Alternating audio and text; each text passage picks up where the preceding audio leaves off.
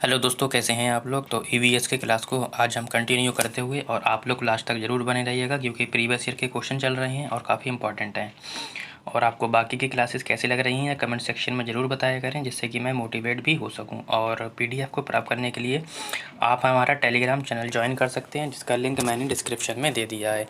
Question number पहले की ओर आगे बढ़ते हुए, और ये जनवरी का सेट है हमारा। जनवरी में पूछा गया था क्वेश्चन ये कि नई दिल्ली हावड़ा राजधानी एक्सप्रेस 25 नवंबर 2022 को 16:50 यानी कि 4:50 पर रात शाम में नई दिल्ली स्टेशन से चलती है और दूसरे दिन यानी कि 16 नवंबर को 12:05 बजे हावड़ा पर पहुंचती है। यदि रेलगाड़ी की औसत चाल 80 किलोमीटर प्रति घंटा हो तो नई दिल्ली और हावड़ा के बीच की दूरी पूछ रहा है। ठीक है, तो सॉल्व करते हैं। 25 नवंबर आप नोट करते हुए चले क्योंकि स्पेस कम है, मैं इसको इरेज भी कर दूंगा। ठीक है, इसलिए आप लोग नोट करते हुए समझते हुए चलें। 25 नवंबर को 16:50 बजे ट्रेन चली। ठीक है, तो फिर यहाँ पर हो जाएंगे आपके 24 यहाँ पे बजाएंगे यानी कि 12। फिर दूसरे दिन 12:05 तक, यानी कि यहाँ से लेकर रात के 12 बजे तक कितना समय हो जाएगा। यहाँ से लेकर 12 बजे तक का हो जाएगा 7 घंटे 10 मिनट। और 12 बजे से लेकर 12:05 तक दोपहर के, तो कितने घंटे हो जाएंगे 12 घंटे 5 मिनट। यानी कि इन दोनों को जोड़ लो, कितना समय आ रहा है हमारे निकल के 19 घंटे 15 मिनट। ठीक है, तो अब मैं इसे कर देता हूँ क्योंकि स्पेस कम है। ठीक है, अब आगे आते हैं क्वेश्चन की तरफ। समय हमारा दे रखा है 19:15। ठीक है, और हमारा एस यानी कि चाल दे रखी है 80 किलोमीटर पर आवर्स। फॉर्मूला होता है डिस्टेंस का टी इंटू एस, ये एस इंटू टी। ठीक है, टी दे रखा है आपको 19 और 80 किलोमीटर, इन दोनों की आप मल्टीप्लाई कर लीजिए तो आपका उत्तर आ जाएगा 1532।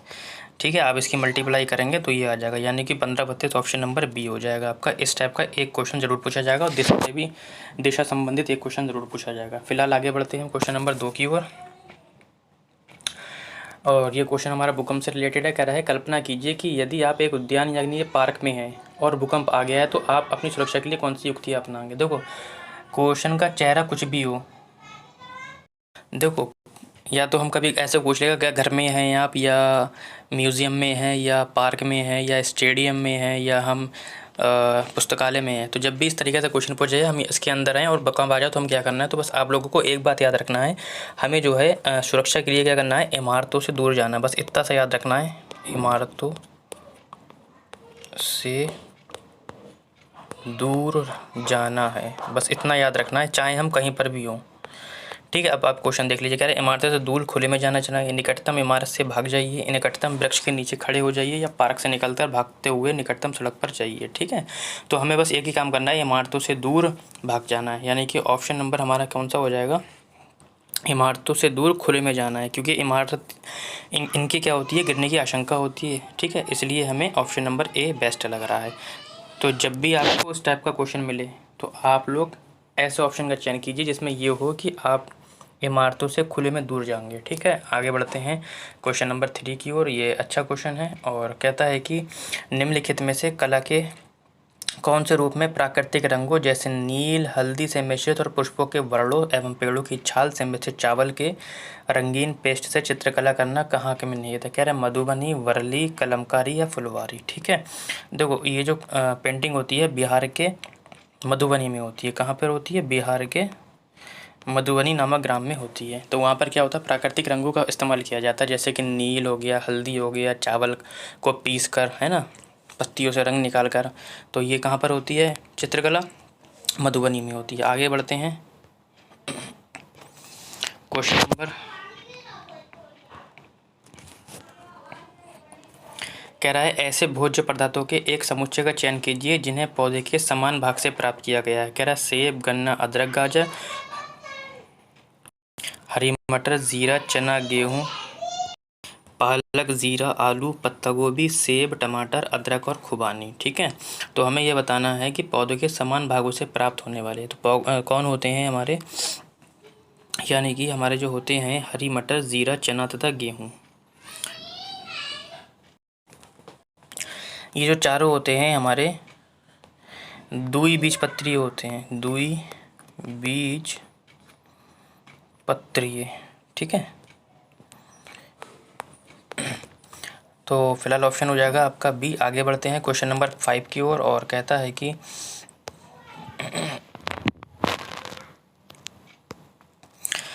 कि नीचे घटनाओं का क्रम दिया गया है जिसमें नदी के जल में अत्यधिक प्रदूषण हो गया है, सही क्रम ज्ञात कीजिए। ठीक है, तो सही क्रम क्या होगा, कह रहे हैं नदी के जल की गंध, अम्लता और रंग से प्रभावित होते हैं। जल में जलीय जीवन जीवित नहीं रह सकता। सभी व्यवहारिक उद्देश्यों के लिए नदी मृत हो गई है, और जल में हानिकारक रसायन अधीनता में छोड़े गए हैं। ठीक है, देखो इसका क्रम यही तो होगा, नदी कैसे प्रदूषित हुई है। देखो स्टार्ट कहाँ से होता है, देखो सबसे पहले हम क्या करते हैं, जल में हानिकारक रसायन अधिकता में छोड़े गए, है ना, यानी कि ऑप्शन नंबर डी पहले आ जाएगा। ठीक है, सबसे पहले क्या छोड़े गए, जल में हानिकारक रसायन अधिकता में छोड़े गए हैं। देख लो ऑप्शन नंबर डी किस किस में है। चलो इसे छोड़ो, बाद में बताते हैं। उसके जब हानिकारक छोड़ दिए जाएंगे तो क्या होगा, नदी के जल की गंध, अम्लता और रंग से प्रभावित हो जाएंगे, यही तो होगा। जब प्रभावित हो जाएंगे तो क्या होगा, जलीय जीवन जीवित नहीं रह सकते, यानी कि क्या आ जाएगा, बी आ जाएगा। जब जलीय जीवन नहीं रह सकते तो क्या होगा, सभी व्यवहारिक उद्देश्य के लिए नदी क्या हो जाएगी, मृत हो जाएगी, यानी कि ऑप्शन सी हो जाएगा। तो डी ए बी सी किस में है, ये देख लो आपका। तो डी ए बी सी किस में है, ऑप्शन नंबर 3 में है। ठीक है, यानी कि 5 का आंसर क्या हो जाएगा आपका 3। आगे बढ़ते हैं क्वेश्चन नंबर हम 6 की ओर। तो क्वेश्चन नंबर 6 कहता है हमारा कि निम्नलिखित में से कौन से पौधे की प्रवर्धन बीजों द्वारा होता है। तो बीजों द्वारा किसका होता है, कह रहा है गन्ना, आलू, पत्ता गोभी, चावल, गेहूं, ओट्स, आलू, गुलाब, गन्ना, गेहूं, गन्ना और चावल। तो आपको ये बताना है कि किसके द्वारा होता है प्रवर्धन, बीजों के द्वारा, कौन से बीजों के द्वारा। तो चावल, गेहूँ तथा ओट्स क्या होते हैं, ये बीजों द्वारा होते हैं। कौन से, चावल, गेहूँ तथा ओट्स जो होते हैं बीजों द्वारा होते हैं। ठीक है, जब बीजों से पौधे तैयार किए जाते हैं तो उसे बीज द्वारा प्रवर्धन कहते हैं, है ना। जिन पौधों से पौधे तैयार किए जाते हैं उसे पौधों का क्या कहते हैं, प्रवर्धन बोलते हैं। कायिक प्रवर्धन जड़, तना, पत्ती, शाखा, कली पौधे के अंग होते हैं, है ना। तो फिलहाल इसका ऑप्शन क्या हो जाएगा, बी हो जाएगा। आगे बढ़ते हैं हम क्वेश्चन नंबर 7 की ओर, और हमारा क्वेश्चन नंबर 7 क्या है और क्या कहता है, ये भी अच्छा क्वेश्चन है देखो, लेकिन इस बार का फॉन्ट जो है थोड़ा छोटा हो गया है। ठीक है, इसलिए अगली बार मैं याद रखूँगा आप लोगों का कि फॉन्ट छोटा ना हो। कहता है कि निम्नलिखित में से कौन सा भोजन उस राज्य के लोगों का मुख्य भोजन है जहाँ से पी.वी. सिंधु संबंध रखती हैं। तो पहले तो हमें ये पता होना चाहिए कि पी.वी. सिंधु रहती कहाँ पर है। ठीक है, तो पी.वी. सिंधु जो हैं, पी.वी. सिंधु कहाँ की निवासी हैं, ये आंध्र प्रदेश की निवासी हैं। तभी तो बता पाएंगे कि कौन सा भोजन है। तो आंध्र प्रदेश का भोजन देख लीजिए कौन सा होगा। तो आंध्र प्रदेश का आपका जो भोजन है यानी कि इडली, चटनी, चावल और सांभर। ठीक है, यानी कि ऑप्शन नंबर ए हो जाएगा। ठीक है, तो आगे बढ़ते हैं क्वेश्चन नंबर 8 की ओर, और 8 छोड़ो क्योंकि आप लोग जब रीजनिंग पढ़ेंगे तभी वो बता पाऊंगा मैं, क्योंकि उसके लिए तो कॉन्सेप्ट बड़ा चाहिए। कह रहे हैं निम्नलिखित में से किसकी आयु वायु द्वारा फैलने की संभावना है। ठीक है, तो वायु द्वारा किसकी संभावना है, यानी कि सूरजमुखी, आक जिसे हम मदार बोलते हैं, आम या जैंथियम। तो किसकी द्वारा है, आक की है। ठीक है, आक ये नहीं है यहाँ पे, ऑप्शन नंबर क्या हो जाएगा, बी हो जाएगा। ठीक है, ये क्या होता है, ये जो होता है ये एक औषधीय पौधा होता है। ठीक है, औषधीय पौधा होता है। इसका पुष्प कैसा होता है, सफ़ेद। ठीक है, कैसा होता है, सफ़ेद, पत्तेदार, छत्तादार, सॉरी छत्तादार होता है। ठीक है, तो फिलहाल ऑप्शन आपका बी हो जाएगा। आगे बढ़ते हैं क्वेश्चन नंबर 10 की ओर, जो आज के सेशन का लास्ट क्वेश्चन है और अच्छा क्वेश्चन है ये भी। कहता है कि आप दुकान से गेहूं लेते हो और आपकी माँ उसकी रोटियां बनाती हैं, तो गेहूं से रोटियां बनाने की प्रक्रिया का सही क्रम बताना है। ठीक है, तो सबसे पहले हम क्या करते हैं, पहले ये देख लेते हैं। सबसे पहले हम करते क्या हैं, कह रहा है एक पात्र में आटा लें, है ना।